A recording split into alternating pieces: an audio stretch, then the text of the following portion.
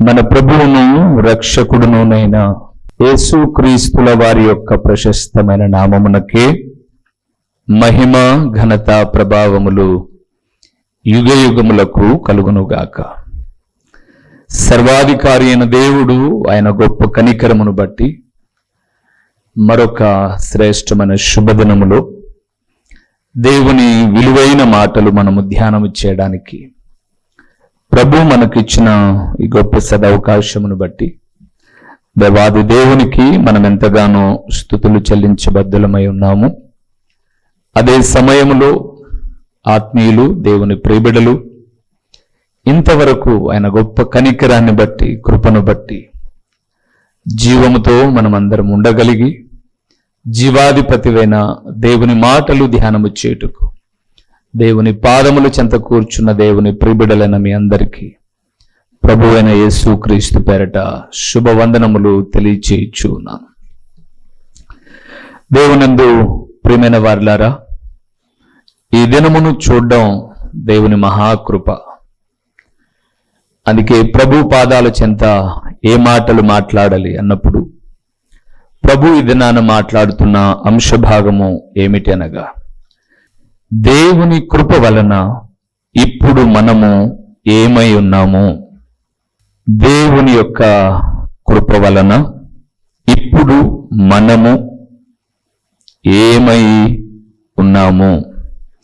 ఈరోజు మనం ధ్యానం చేస్తున్న ప్రతి మాటలో దేవుని కృప అనే మాట, కృప అనే మాట, కృప వలన మనము ఏమై ఉన్నామో దేవుడు కొన్ని విషయాలు మనతో మాట్లాడబోతూ ఉన్నాడు. రండి మూల వాక్య భాగంలోనికి వెళ్దాం. ఇర్మియా గ్రంథము 31వ అధ్యాయము 3వ వచన భాగంలో ఉన్న దేవుని వాక్యాన్ని మనం చదువుకుందాం. 31వ అధ్యాయము ఇర్మియా గ్రంథం 654 పేజీలో 3వ వచనం. చాలా కాలము క్రిందట యెహోవా నాకు ప్రత్యక్షమై ఇట్లా నేను శాశ్వతమైన ప్రేమతో, ఆ మాట శాశ్వతమైన ప్రేమతో నేను నిన్ను ప్రేమించుచున్నాను గనుక విడువక నీ ఎడల కృప చూపు. ఆ మాట రాసుకుందాం. విడువక నీ ఎడల కృప చూపుచున్నాను. ఈరోజు దేవుని కృపలో సజీవముగా ఉన్న మనము, ఈరోజు దేవుని వాక్యము ద్వారా స్పందించబడి మన మనస్సును మార్చుకొని పాపక్షమాపణ నిమిత్తమై రక్షించబడి నేటికి మనము ఇలాగున్నాము అని కాదు. మీరు 31వ అధ్యాయంలో 3వ వచనం చదువుతున్నప్పుడు బాగా విని ఉన్నట్లయితే ప్రభు చెప్పాడు, చాలా కాలము క్రిందట దేవుడు మనలకు ఒక మాట చెప్పాడట. ఈరోజు ఈ సమయంలో చెప్పిన మాట కాదు ఇది. చాలా కాలం క్రితము ఆయన బిడ్డలము మనం అయినప్పుడు ఆయన మనతో చేసిన ఒడంబడిక లేదా నిబంధన ఏమిటి అంటే, నేను నిన్ను, అంటే నన్ను, నిన్ను, మనల్ని దేవుడు చెప్పాడు, నేను నిన్ను శాశ్వతమైన ప్రేమతో ప్రేమించుచున్నాను గనుక విడువక నీ ఎడల నేనేం చూపుతున్నాను? కృప. చాలా పర్యాయములు ఈ కృప అనే మాట మీద నేను చాలా సందేశాలు చెప్పాను. కృప అనే పదానికి అర్థము అర్హత లేని మనకు అర్హతను కలిగించడం. మీరేమనుకుంటారో ఏమో నాకు తెలియదు, కానీ నా వరకు నేను అనుకునే మాట ఏంటంటే, నేను ఆయన సేవ చేయడానికి, ఇలాగ నిలబడి అనేక మందికి సువార్తను చాటి చెప్పడానికి, అనేకుల గొప్ప గొప్ప వ్యక్తుల ఎదుట నిలబడ్డానికి నేను అర్హుడను కాను. అర్హుడను కాని నన్ను నిలవబెట్టినది మాత్రం దేవుని కృప మాత్రమే. ఇది నా యొక్క జ్ఞానం వల్లనో, వివేకం వల్లనో, నా బుద్ధి లేకపోతే జ్ఞానము అంత మాత్రం కాకోకుండా నేను బాగున్నానో, లేదా నేను పుట్టిన ప్రదేశమో, నన్ను పెంచిన తల్లిదండ్రులు, చదివిన ప్రదేశం, ఇవేవి కాదు. కేవలం నిలబెట్టుకుని నడిపించి మాట్లాడుతున్నది దేవుని కృప. అందుకే పౌలు అన్నాడు, నేనేమై ఉన్నానో అది దేవుని కృప వలనే అయి ఉన్నాను అన్నాడు. ఇది నన్ను ప్రేమించిన దేవుడు నన్ను రక్షించుకున్నప్పుడే. నువ్వు కూడా అలాగే అనుకోవాలమ్మా అయ్యా.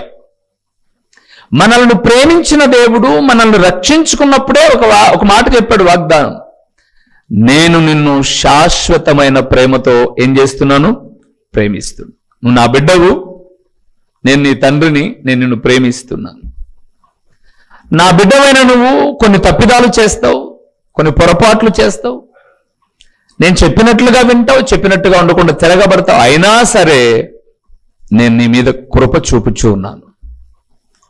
అందుకే దేవుని వాక్యాన్ని మనం చూస్తున్నప్పుడు ఆయన కృప ఈ రోజు వరకు మన మీద చూపడం వల్ల ఏమైందో మనం కొన్ని విషయాలు ధ్యానం చేయక ముందుగా, అర్హత లేని మనకు ఆయన అర్హతనిచ్చాడు. అర్హత లేని మనకు నిజంగా మనం అర్హులం కాదు. ఒక పరుగు పందెంలో 10 మంది పరిగెత్తితే మొదట వచ్చిన వానికి మొదటి బహుమతి, చివరి వచ్చిన వాడిని పర్లేదులేరా బెటర్ లక్ నెక్స్ట్ టైం అని కూడా చెప్పరు ఎవరు. అసలుకి ఏం మాట్లాడరు అతన్ని.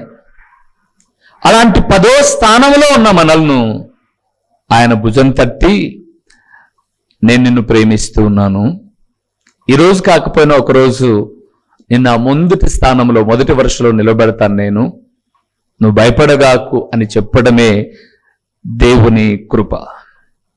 ఒకసారి ఈ కృపను గురించి దావీదుతో మనతో ఏం మాట్లాడాడో యెషయా గ్రంథానికి వద్దాము. యెషయా గ్రంథం 55వ అధ్యాయము. నేను అంశ భాగంలోనికి వెళ్ళక ముందుగా కొన్ని మూల వాక్యాలు మీకు చెప్పి మన మీద చూపుతున్న కృప ఏమైందో చెప్తాను. 55వ అధ్యాయము 3వ వచనాన్ని 4వ వచనాన్ని ఒకసారి మనం చూద్దాము. 3వ వచనం 4వ వచనం. చెవియొగ్గి నా యొద్దకు రండి, మీరు వినిన ఎడల మీరు బ్రతుకుదురు, నేను మీతో నిత్య నిబంధన చేసేదను. ఆ మాట దావీదునకు చూపిన శాశ్వత కృపను మీకు చూపుదును. ఇదిగో జనములకు సాక్షిగా అతను నియమించితిని, జనములకు రాజుగాను అధిపతిగాను నియమించితిని. ఎవరి గురించి మాట్లాడుతున్నాడు ఈ మాట? ప్రభు అయిన యేసుక్రీస్తు గురించి మాట్లాడుతూ ఎంకరేజ్ చేయడానికి లేదా ప్రోత్సహించడానికి దేవుడు మనతో కూడా మాట్లాడుతున్న మాట ఏంటంటే చాలా చక్కటి మాట. చెవియొగ్గి నా యొద్దకు రండి, మీరు వినిన ఎడల బ్రతుకుదురు, నేను మీతో నిత్య నిబంధన చేశాను. ఏమని అనంటే దావీదునకు చూపిన శాశ్వత కృపను నేను మీకు కూడా చూపుతున్నాను. దావీదునకు శాశ్వత కృప చూపాడు. ఎంతగా అనంటే ఒక తప్పు చేసినప్పుడు దెబ్బ వేశాడు, శిక్షించాడు, గాయపరిచాడు, పశ్చాత్తాపపడినప్పుడు గాయాన్ని కట్టాడు. కానీ దావీదుకు చేసిన ఒక నిబంధనను బట్టి నిత్యము తన సింహాసనం మీద ఒకరు ఉండడానికి ఆయన ఏర్పరచుకొని చివరికి దావీదు వంశములోను గోత్రములోను మన ప్రభు అయిన యేసుక్రీస్తు లోకానికి వచ్చారు. అయితే ఇప్పుడు మీకు ఒక మాట చెప్తాను. ఇంతవరకు మనం ఇలాగున్నాం కదా, ఈ రోజు వరకు ఆయన మన ఎడల విడువక కృప చూపింది ఎందుకు? మనం భక్తి కలిగిన వాళ్ళమని, శక్తి కలిగిన వాళ్ళమని, అందచందములు, ఆస్తి, ఐశ్వర్యములు ఉన్నాయని కాదు. ఆయన ఎవరి ఎడల కృప చూపుతాడో ఆ మాట చెప్పి ఆయన కృప చూపటం వల్ల ఏమేం కలుగుతాయో కొన్ని విషయాలు మనం ధ్యానం చేద్దాం. రండి, రోమీయులకు రాసిన పత్రిక 10వ అధ్యాయము. రోమీయులకు రాసిన పత్రిక 10వ అధ్యాయము 12వ వచనాన్ని చూద్దాం. 10-12 వచనాన్ని ఒకసారి మనం చూస్తే ఆయన ఎవరికి కృప చూపుతాడో 140వ పేజీలో మనం చూద్దాం. 140వ పేజీలో 10వ అధ్యాయం 12వ వచనం. యూదుడని గ్రీసు దేశస్థుడని భేదము లేదు, ఒక్క ప్రభువే అందరికీ ప్రభు అయి ఉండి ప్రార్థన చేయువారు. ఆ మాట తనకు ప్రార్థన చేయువారు అందరి ఎడల కృప చూపుటకు ఐశ్వర్యవంతుడై ఉన్నాడు. దేవుని బిడ్డలారా, దేవుని కృపకు మనం పాత్రులం కావాలి అంటే, ఆ కృప ద్వారా రానున్న దినాల్లో కూడా మనం దీవించబడాలి అని అంటే, ఆ కృప ద్వారా రానున్న దినాల్లో ఇందాక చెప్పాను కదండి, 10వ స్థానంలో ఉన్న మనము మొదటి స్థానంలోనికి రావాలి అనంటే ఆయన కృప చూపే దేవుడే. ఆ కృపకు నువ్వు పాత్రుడవు కావాలంటే నువ్వేం చేయాలి? ప్రార్థన చదవండి. ఏమని రాయబడింది అక్కడ? తనకు ప్రార్థన చేయువారి అందరి ఎడల కృప చూపుటకు ఐశ్వర్యవంతుడు. అంటే ఆయన కృపను రాబోయే దినాల్లో కూడా పొందుకోవాలి అనంటే, అర్హత లేని నీ జీవితము ఆశీర్వాదకరంగా ఉండాలి అనంటే, నా ప్రభువు చెబుతున్న మాట, నీవు ఆయనకు ఏం చేయాలి? ప్రార్థన చేయాలి. ఈరోజు అన్ని చేస్తున్నారు మీరు, ప్రార్థన తప్ప. అన్ని విషయాల్లో చాలా ఆసక్తిగా ఉన్నారు మీరు. మీ ఇంటి విషయాల్లో, ఒంటి విషయాల్లో, పిల్లల విషయాల్లో, భర్త విషయంలో, భార్య విషయంలో, కుటుంబ విషయంలో అన్నిట్లో బాగానే ఉన్నారు. కానీ ప్రార్థన ఒక్కటి గుర్తుపెట్టుకోనండి ప్రియులారా, ఈ రోజు వరకు ఆయన కృప మన ఎడల ఏమైందో చెప్తాను. నువ్వు అప్పుడప్పుడు ప్రార్థన చేసినందుకే ఆయన కృప ఇంతైతే, ఎప్పుడు ప్రార్థన చేస్తే ఏమవుతుందో కూడా వివరిస్తాను. సో ఇక మన వాక్య భాగంలోనికి వెళ్దాం.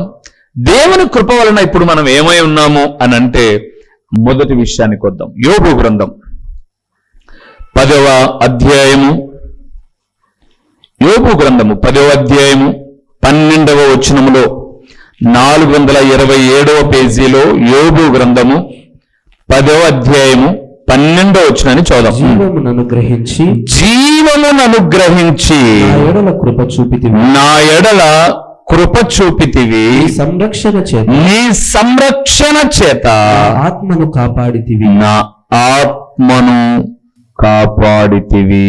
చాలు. మొదటిది ప్రియులారా, దేవుని కృప వలన జీవమునిచ్చి అన్నాడు కదండి.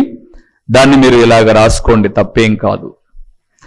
ఈ రోజు వరకు మనము బ్రతికి సజీవుల లెక్కలో ఉండి, అంటే మనము పాతాళానికి వెళ్ళకోకుండా సజీవుల లెక్కలో బ్రతికి ఉన్నామో అనంటే అది దేవుని యొక్క కృప.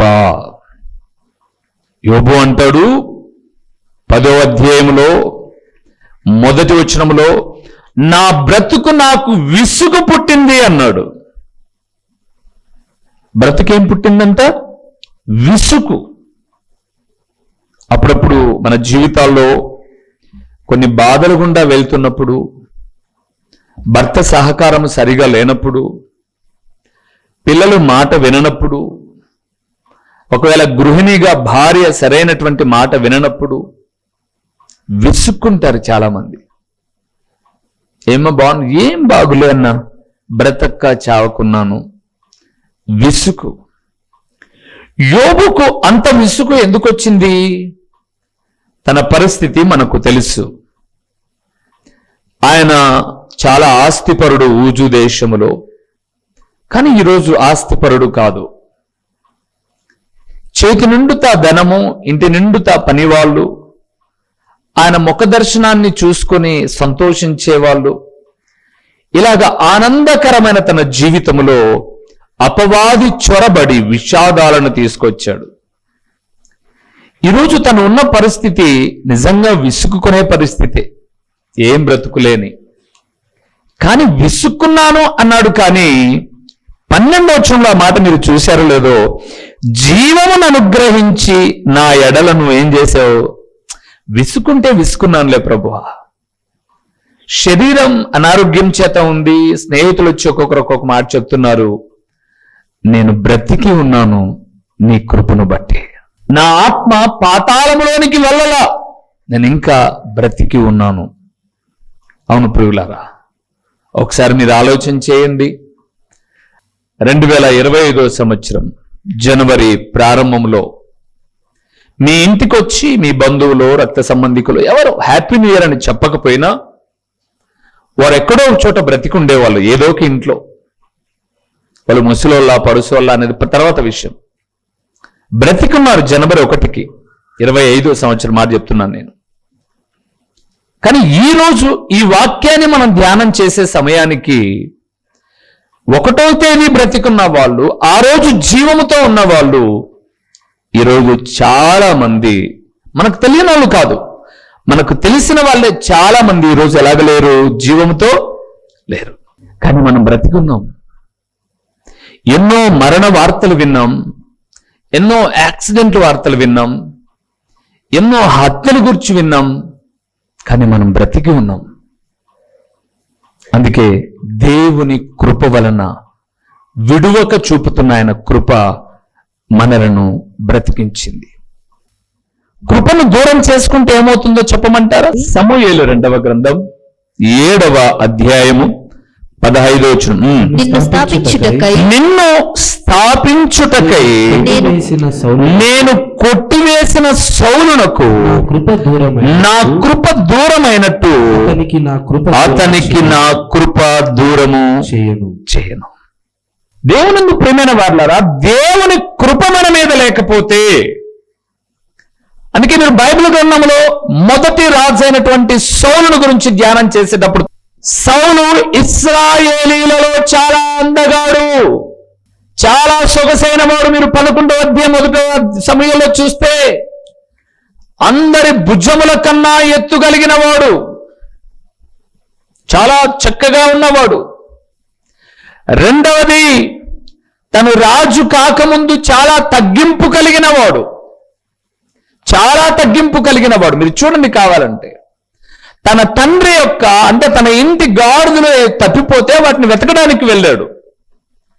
దేవుడు కలుసుకున్నాడు సమూయేలు ద్వారా, అభిషేకం పొందాడు.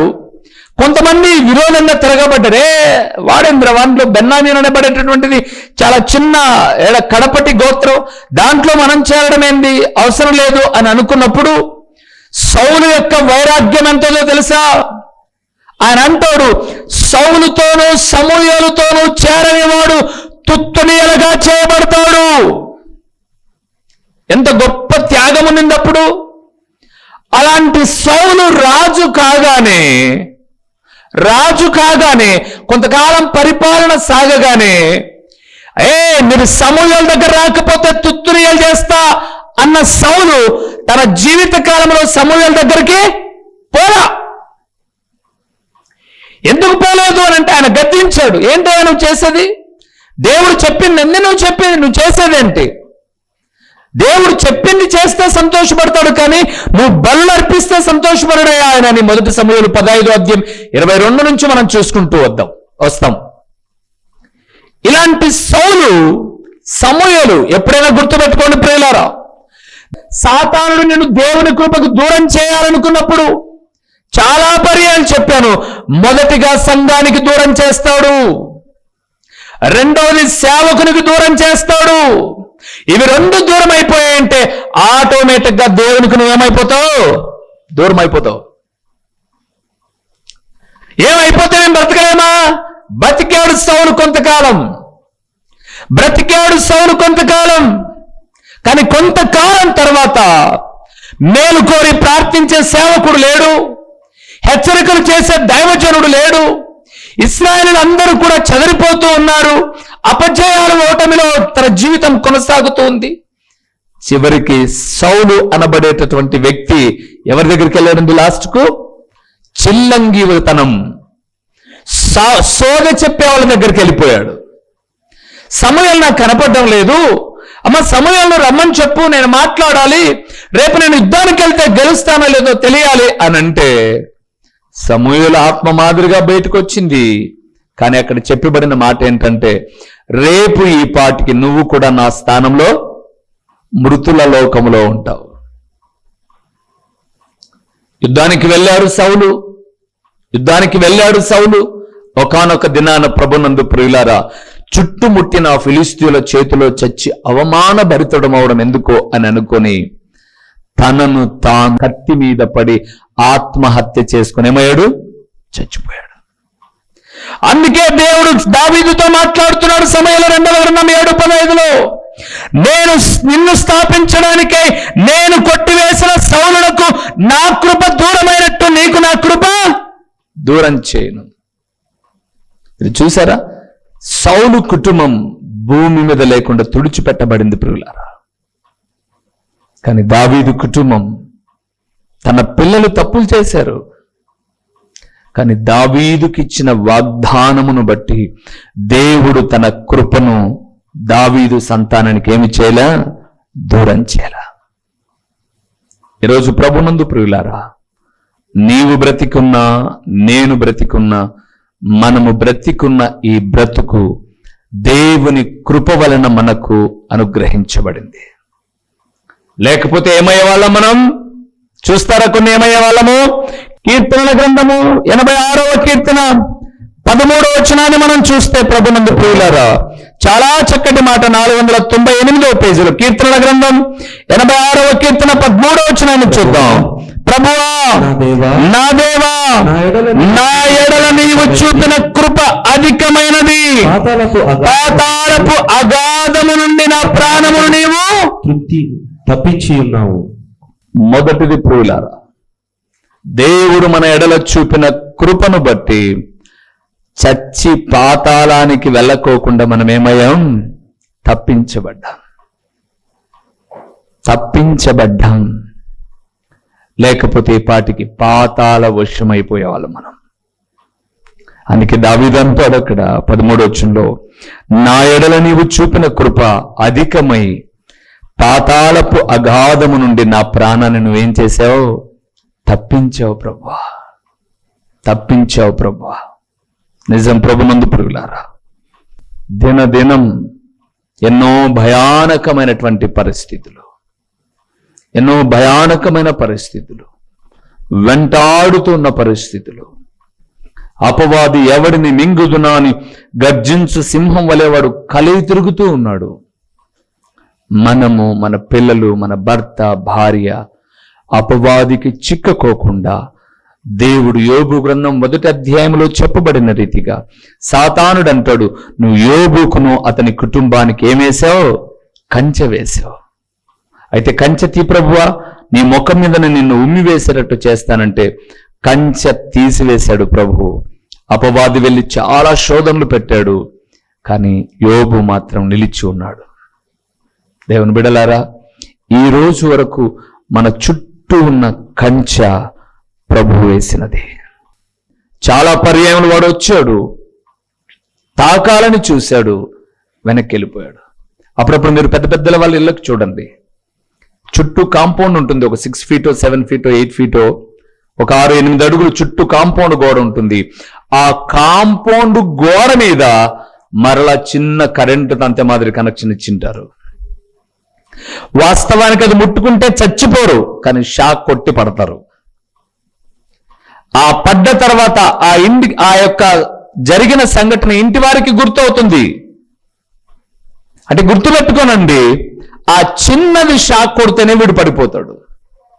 ఈ రోజు వరకు అలాంటి చిన్న షాక్ కూడా మనకు కొట్టుకోకుండా అపవాది కొట్టుకొని అలాగే బయటికి వెళ్ళిపోవడానికి ప్రభు కృపనిస్తూ ఉన్నాడు. ఎలాగ బ్రతుకునిచ్చాడో తెలుసా? ఒక మాట, సామెతల గ్రంథం 23వ అధ్యాయంలో మాట రాయబడింది చూడండి. నేను ఈ మాటను చదువుతున్నప్పుడు చాలా సంతోషపడ్డాను ప్రియులారా. సామెతల గ్రంథం 23వ అధ్యాయము 14వ వచనములో ఒక అద్భుతకరమైన మాట ఉంది చూడండి ప్రియులారా. బెత్తముతో వాని కొట్టిన యెడల పాతాళమునకు పోకుండా వాని ఆత్మను నీవు దేంతో కొట్టాలట? బెత్తముతో. ఎవరి గురించి మాట్లాడారు అక్కడ? నీ బాలులను శిక్షించుట మానుకొనకుము అని 13వ వచనములో, బెత్తముతో వాని కొట్టిన యెడల వాడు చావకుండును, బెత్తముతో వాని కొట్టిన యెడల పాతాళమునకు పోకుండా వాని ఆత్మను నీవు తప్పించదవు. ఏ బెత్తం? దేవుని ప్రియబిడ్డలారా, ఇప్పటిదాకా దేవుని సేవకుడు, మీరు పాఠశాలలో చదువుకునేటప్పుడు ఉపాధ్యాయుడు బెత్తంతో కొట్టాడో లేదో. పూర్వ దినాల్లో మేము పల్లెలో చదువుకుంటున్నప్పుడు నాకు బాగా గుర్తు ప్రియులారా, మాకు ఒక బ్రాహ్మణ అయ్యవారు ఉండేవారు, చాలా మంచి జ్ఞానవంతుడు ఆయన. అప్పుడప్పుడు నేను మ్యాథ్స్ కొంత ఇంట్లో చెప్తుంటే మా భార్య వాళ్ళ నాన్న మ్యాథ్స్ టీచరు. మా నాన్న చెప్పాడు మ్యాథ్స్ అంటాడు, మీ నాన్న చెప్పి మ్యాథ్స్ రాలే నాకు. అసలు మీ నాయన మ్యాథ్స్ చెప్పేటప్పటికి నేను 1, 2 నింటానేమో. కానీ ఆయన చెప్పాడు, ట్యూషన్కి వెళ్తే ఆయన చెప్పేవాడు, ట్యూషన్కి వచ్చేటప్పుడు మాతో అనేవాడు, బెత్తాలు తీసుకురారా అనేవాడు. నేను అనుకునేవన్నీ ఆ బెత్తాలు కొన్ని తెచ్చి, ఇంటి దగ్గర పుల్లలు తెచ్చుకుంటారు కదా, దాంట్లో కొన్ని బెత్తాలు తీసుకుని ఈ బెత్తంతో లక్కీగాని కొట్టాలబ్బా అంటే, నా క్లాస్లో వీని కొడితే ఇది వాడికైతే సరిపోతుంది అని వెతికేవాన్ని. కానీ కొన్నిసార్లు మాట విన్నప్పుడు ఏ బెత్తం వాని కొడితే బాగుంటుంది అనుకున్నామో అదే బెత్తంతో మమ్మల్ని కొట్టేవారు.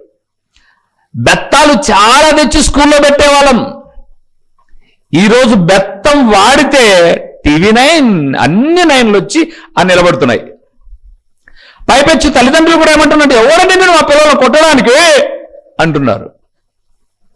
అందుకే అటు స్కూల్లో ఉపాధ్యాయుల భయము పిల్లలకు లేదు, ఇటు తల్లిదండ్రుల భయము లేదు, రెండోది సేవకుని కూడా ఎదురిస్తున్నారు కాబట్టి సేవకుని భయము లేదు. ఒక దినాలు వారు నాశనం అయిపోయిన తర్వాత వీళ్ళు గుండెలు అదిసేలా బాధపడ్డాం చూస్తున్నాం. ఇక్కడ అన్నాడు, బెత్తముతో వాడు కొట్టినడలా వాడు చావకున్నాడు. నిజం ప్రియులారా, ఈ దేవుని సేవకుడు ఉపదేశం అనే బెత్తముతో మిమ్మల్ని అప్పుడప్పుడు కొడుతుంటేనే మీ కట్టుబొట్టు జీవిత విధానం కొంతైనా దీవెనకరంగా ఉంది.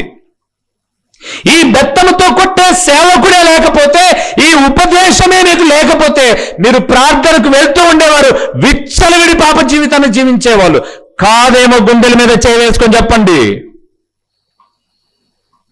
ఉపదేశం అనే బెత్తము ఎందుకు కొడుతున్నామో తెలుసా? మీరు పాతాళం వెళ్లకుండా, పాతాళ వశము కాకోకుండా.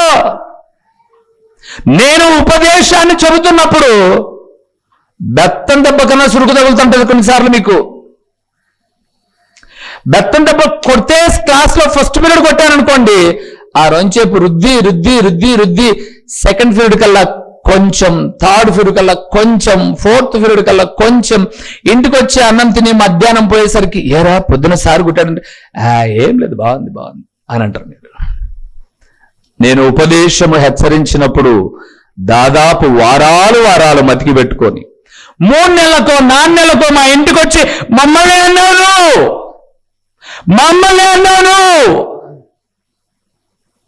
మిమ్మల్ని అన్నాను కాబట్టే మీరు పాతాళానికి వెళ్ళకోకుండా ఈ రోజుకు బ్రతికున్నారు ప్రియులారా. ఆ సరైన బోధే మీకు లేకపోతే మీ ఇష్టానుసారంగా మీ కుటుంబాలు పతనావస్థకు వెళ్ళేవి. ఉపదేశం అనే బెత్తం మీరు పాతాళం పోకోకుండా ఈ రోజుకు బ్రతికుండడానికి ఉపయోగపడుతుంది. ఉపదేశం అనే బెత్తం. అందుకే జ్ఞాపకం చేస్తున్నాను, మనం బ్రతికున్నది ఉపదేశము వలన, ఆయన కృప వలన నేటికి మనం ఏమై ఉన్నాము? జీవిస్తూ ఉన్నాం.